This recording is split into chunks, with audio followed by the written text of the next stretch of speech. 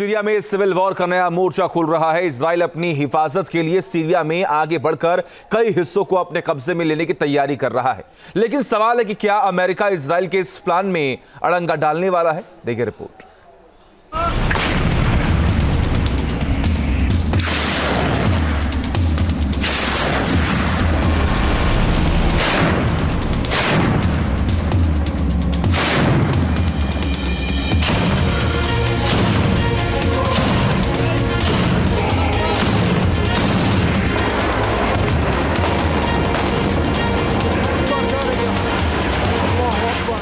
क्या सीरिया में एक और सिविल वॉर के हालात बन रहे हैं?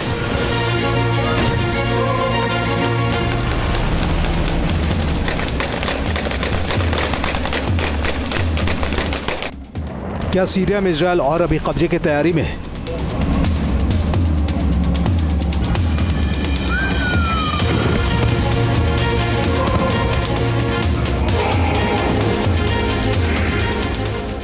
क्या सीरिया में अमेरिका इजराइल को रोकने जा रहा है?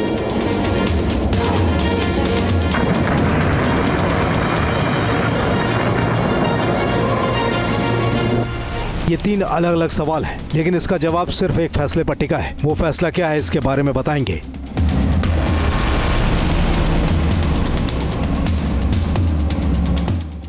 लेकिन पहले जानिए वो शख्स जिसने बशर अल असद की 24 साल की तानाशाही को उखाड़ फेंका है, उसने अमेरिका से क्या गुहार लगाई है। STS कमांडर अबू मोहम्मद अल जुलानी ने अमेरिका से अपील की है कि वो सीरिया में इजराइल को आगे बढ़ने से रोके। जुलानी ने अपनी गुहार में कहा है कि अमेरिका इजराइल पर दबाव बनाकर सीरिया से वापस जाने को कहे। जुलानी ने अपने बयान में बफर जोन का जिक्र किया है कि अमेरिका इजराइल को समझाए कि वो सीरिया के हिस्से वाले माउंट हरमन से पीछे हट जाए।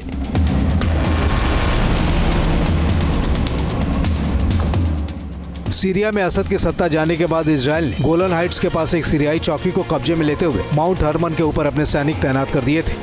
हालांकि जुलानी की अपील के बाद इजरायली अधिकारियों ने कहा है कि इस मसले पर इजराइल के साथ कोई भी आधिकारिक संपर्क नहीं साधा गया है। एक इजरायली अधिकारी ने तो दावा किया है कि इजराइल अपनी सुरक्षा के साथ कोई समझौता नहीं कर सकता है। साफ है कि सीरिया में इजराइल अपनी रणनीतिक बढ़त कम करने की बजाय हमले और भी तेज करने वाला है।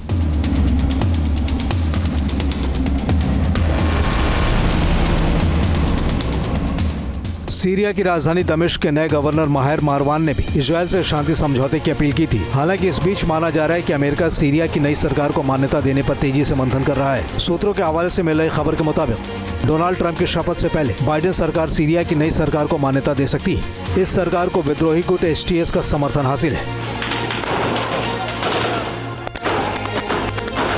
उनको वहाँ से हटने के लिए कहा जाए, इससे उसकी लेजिटिमेसी भी बढ़ेगी।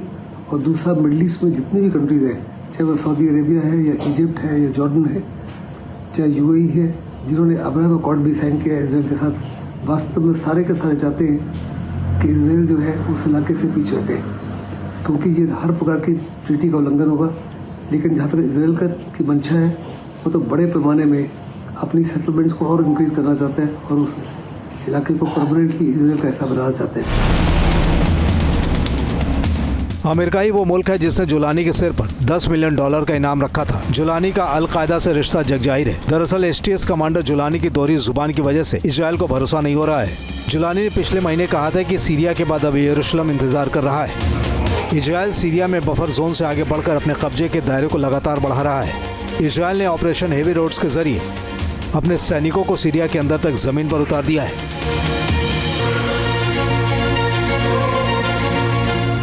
उसकी नई सरकार के साथ साथ विद्रोही गुट STS को संतुलन साधने की जरूरत है, वरना इस हालात में तो डर इस बात का है कि सीरिया कहीं एक और सिविल वार के मुंह में न चला जाए।